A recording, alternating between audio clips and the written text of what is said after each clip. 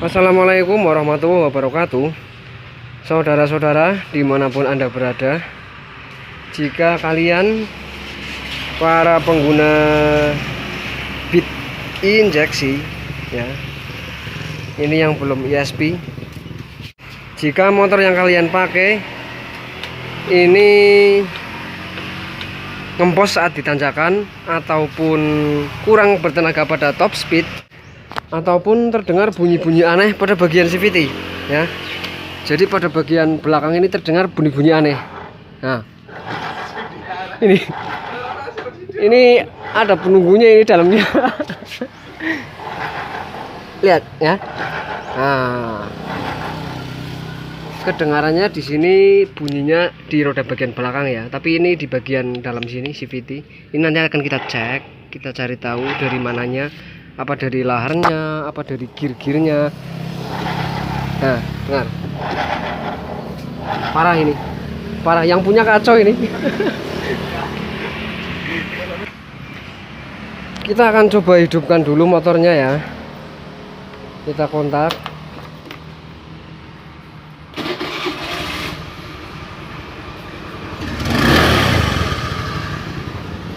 Coba kita dengarkan pada bagian belakang.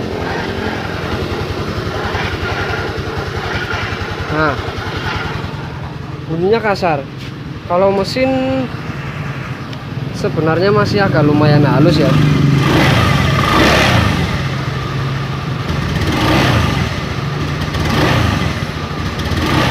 Tapi ada apa sedikit berbet. Nah,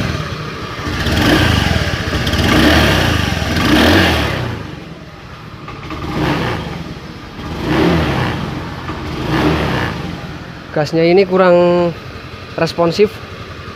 Nanti ini akan kita servis juga, terus kita buka bagian CVT nya, kita kupas tuntas mengenai Honda bit injeksi ini ya.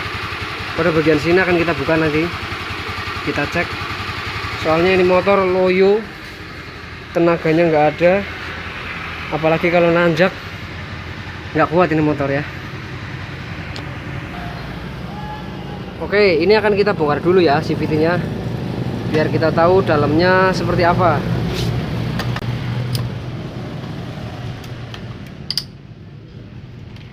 Gunakan kunci T ukuran 8 untuk membuka baut-baut penutup blok CVT.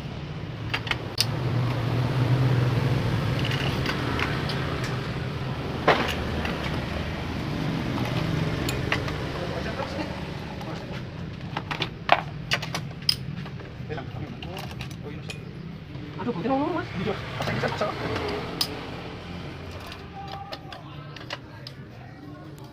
Aduh, tolong bro ambilin kunci 10T bro. Sudah. Kunci beda iki mas. Kunci L juga bro, L5 ini. Waduh, motor gimana sih? Kuncinya apa ini bro? Kuncinya Senin Kemis bro. Ada baut 10, ada baut L juga.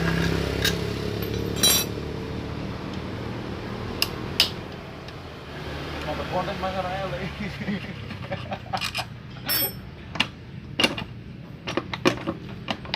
Kalau ada baru masih sekali.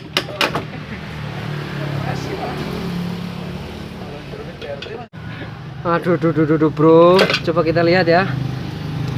Ini sudah diakal-akalin ini. Hah? Pada bolong-bolong. Nah, lihat. Nah, bunyinya di sekitar sini. Nanti kita lepas dulu. Ini baut mur 19, yang depan ini ukuran 22. Tanya asu mas ya. Biasanya orang di Palu ya. Di Palu.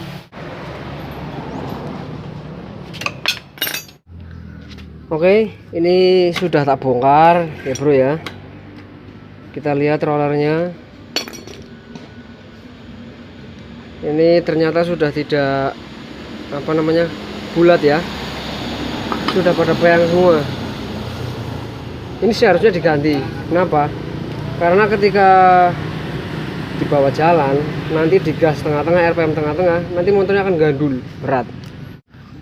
Ketika roller ini penyok, maka ini akan tertahan nanti jalannya. Nah, jadi pada RPM tengah nanti akan gandul. Dan juga ketika sudah kocak, kita pasang dulu. Ini kan kocak ya. Kalau sudah kocak seperti ini nanti kalau stasioner motornya bunyi lotok ya. Ini harus diganti. Kemudian ada satu hal yang perlu diperhatikan pada Matic Honda, terutama motor yang saya kerjakan ini, Beat. Seringnya terjadi kerusakan pada area bushing dan juga apa ini, bos-bosan atau pen ya. Nah, oglek-oglek kayak gini bro. Nah, ini seharusnya kenceng ya. Ini udah oglek-oglek. Nah, ini nanti apa, gerakan dari roller ini berantakan ini nanti ya. Cepat rusak rollernya kalau ini rusak. Ini nanti ya diganti. Kalau mau akal-akalan juga bisa. Ini bisa kita lepas di tukang bubut, kemudian kita bikinkan lagi sok-sokan pada bagian dalam ini. Bushingnya kita ganti, kita lepas lalu kita ganti, terus kita bikinkan yang baru. Cuman mungkin ongkosnya sama kalau kita beli baru ya. Jadi untuk lebih efisiennya kita belikan baru. Terus selanjutnya, oke, kemudian kita harus lihat juga pada bagian sudut kemiringan atau jalur fan bell ya, jalur fan bell. Oke, karena ini sudah kita pegang, kita lihat dulu fan bellnya. Nah, dia sudah retak, fan bellnya juga sudah retak-retak bro. Iki wayah ganti ya bro ya, karena kalau putus di jalan ini bahaya. Ketika motor ini jalan pada kecepatan tinggi atau pada kecepatan sedang lah, terus si fan bell ini putus, terus dia nyelempit di bagian sini, dia nguwel-nguwel atau apa istilahnya, itu nanti akan menciptakan gerakan pukulan seketika yang membuat ini nih, yang membuat as pada bagian depan ini rawan bengkok bro ya. Ini kalau fan bell putus, motor posisi kenceng ya, nggak semuanya kalau putus ininya bengkok, tapi kemungkinan besar atau fatalnya ini bisa bengkok kalau fan bell putus. Jadi alangkah baiknya kita cek fan bell secara berkala untuk memastikan usia pemakaian daripada komponen yang terdapat pada bagian transmisi otomatis motor Anda. Oke, sekarang kita perhatikan pada sisi jalur fan bell ataupun derajat kemiringan ya. Di sini harusnya ini lurus, datar. Derajat kemiringan ini harusnya datar. Karena ini sudah termakan usia ataupun ini sudah tergerus waktu ya. Motornya kan dipakai terus. Jadi derajat kemiringannya ini sudah tidak lagi bagus ya. Kalau kalian punya garisan atau benda yang lurus, kalian bisa ukur di rumah. Nah, kalian bisa ukur. Ini kebetulan masih lumayan bagus. Tapi karena pada bushing ini sudah mengalami oplak, jadi mau tidak mau nanti kita ganti. Tapi biasanya pada derajat kemiringan ini dia di bagian sini. Di bagian sininya ini jegong atau apa ya istilahnya, ada kayak selokannya, jegong. Jadi bagian dataran yang bagian sini nih, yang bagian ujung ini biasanya tidak sama yang lainnya, ini agak jegong. Nah, efeknya apa? Nanti ketika fan bell pada posisi atas ataupun pada RPM tinggi, ini dia akan menghambat fan bell untuk keluar ya. Ini akan menghambat fan bell keluar. Jadi ketika motor kalian hampir mendekati top speed, kalau ininya rusak, ini biasanya berat, codol, codol, begitu kira-kira ya. Ini juga harus diperhatikan. Kalau misal bushingnya masih bagus dan orangnya nggak mau ganti, ini saya diakalin. Ini pinggirnya kita babat, kita papas ya. Pinggirnya kita papas. Ya sebutuhnya lah, ini bisa. Kemudian pada slit pass di sini sudah diganjel ini ya. Oh, ini kayaknya orangnya pelit ini bro. Sudah diganjel-ganjel sampai tinggi segini bro. Aduh ya, slit passnya ini sudah rusak, bekasnya sudah diganjel pakai double tip ya. Seharusnya ini diganti, tapi namanya kita bengkel juga harus pinter akal-akalan, karena kan nggak semua orang kantongnya tebel. Jadi kalau sudah kita ganjel ini bekasnya kan diganjel terus masih oblok nih, masih lobok ya bro ya. Ini nanti kita ganjel pakai plat dulu, kita ganjel pakai plat nanti biar masuknya agak seret. Kemudian di sisi luarnya ini nanti kita tambah double tip biar kenceng ya. Ini masih bisa diselamatkan. Pada bagian puli sisi luar, karena ini bead vario lama juga sama, dia menggunakan besi atau baja ini, jadi jarang rusak, jadi nggak apa-apa, aman. Tapi kalau vario 125 terus mio vario 150 itu pakai aluminium seperti ini, dia juga rawan jegong ya, harus diperhatikan. Oke, ini sudah dibolong-bolong bro. Waduh yang bro, ini mungkin untuk mempercepat pelepasan panas mungkin ya. Ini nggak tahu bengkelnya atau yang punya yang ngerjain, saya nggak tahu jelas ya. Tapi ya agak bagus. Ini untuk mempercepat pelepasan panas pada bagian kampas ganda.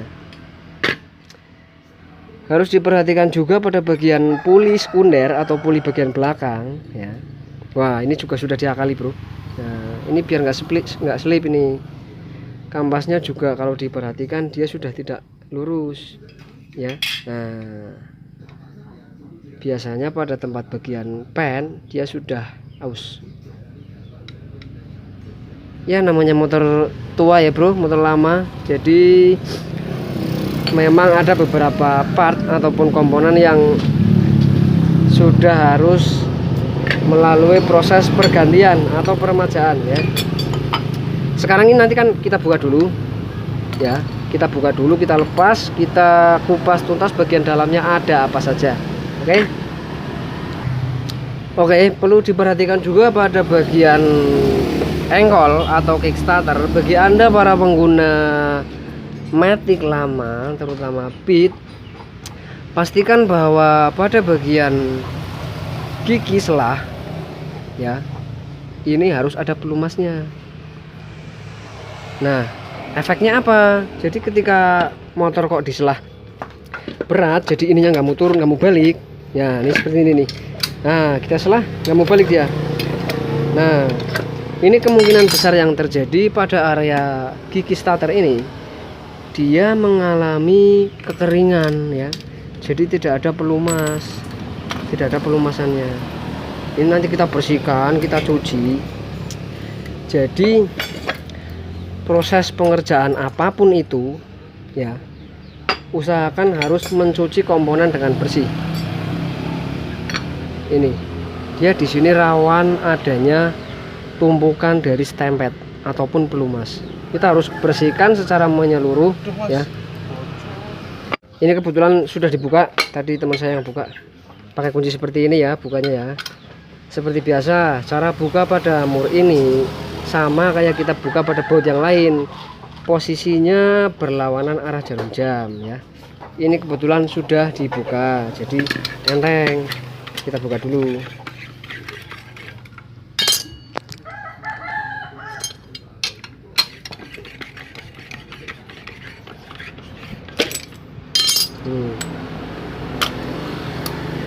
Kita fokus dulu pada bagian kampas ganda.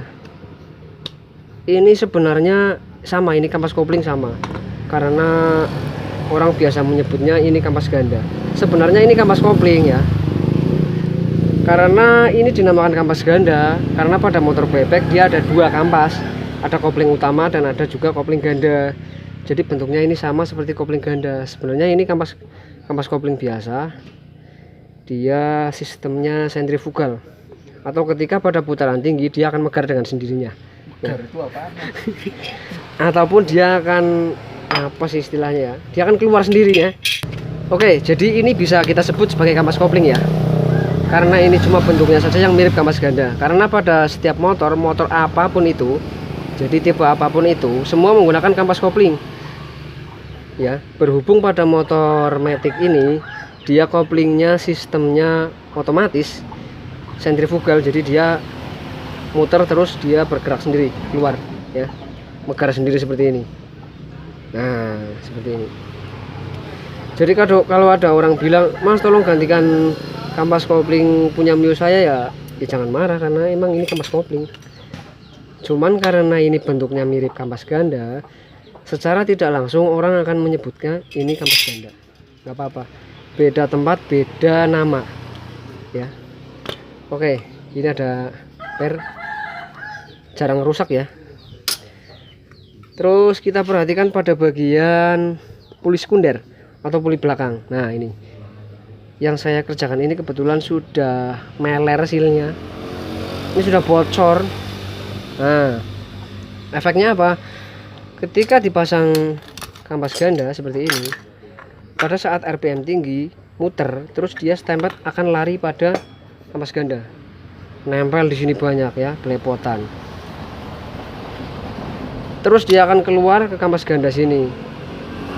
Efek yang terjadi pada angkatan pertama dia akan gerdek atau selip dulu. Nah kemungkinan besar yang punya ini melubangi ini karena memang silnya bocor. Jadi untuk ya agar stempetnya ini keluar lewat sini mungkin. Kita nggak tahu juga ya, tapi ya agak bagus. Oke, sekarang kita perhatikan pada puli bagian belakang. Cara membukanya cukup mudah, kita puter seperti ini. Nah ini kan keras, jadi kita gunakan obeng. Kalau keras kita bukan obeng ya. Oke bro, gunakan obeng min yang sudah tidak terpakai, karena kalau yang masih terpakai nanti domelin. Oke, kita gunakan obeng min, lalu kita buka pada bagian bawah sini. Nah seperti ini, kita ketuk tapi jangan terlalu keras ya, nanti yang punya merem-merem dia. Nah terus congkel, nah seperti ini kira-kira, lalu lepas. Nah oke, di dalam sini akan ada dua o-ring, dua seal ya, dua o-ring dan juga dua seal. Ada juga triple pen pada bagian samping. Oke, sekarang kita lepas dulu triple pennya seperti ini, pakai tang dijepit. Nah angkat yang satunya. Nah, ada 3 buah, kemudian kita lepas, langsung tarik ya seperti ini, kemudian kita langsung tarik saja. Ini kebetulan silnya parah bro ya bro, ini silnya parah, jadi otomatis ini harus kita ganti karena pada bagian luar dari sisi belakang maupun sisi depan ini sudah mengalami aus yang cukup parah ya. Ini sudah mengalami aus yang cukup parah. Nanti seal kita ganti. Jangan lupa ini dicuci biar bersih, karena kebersihan sebagian dari iman ya. Kalau nggak bersih nanti temennya setan.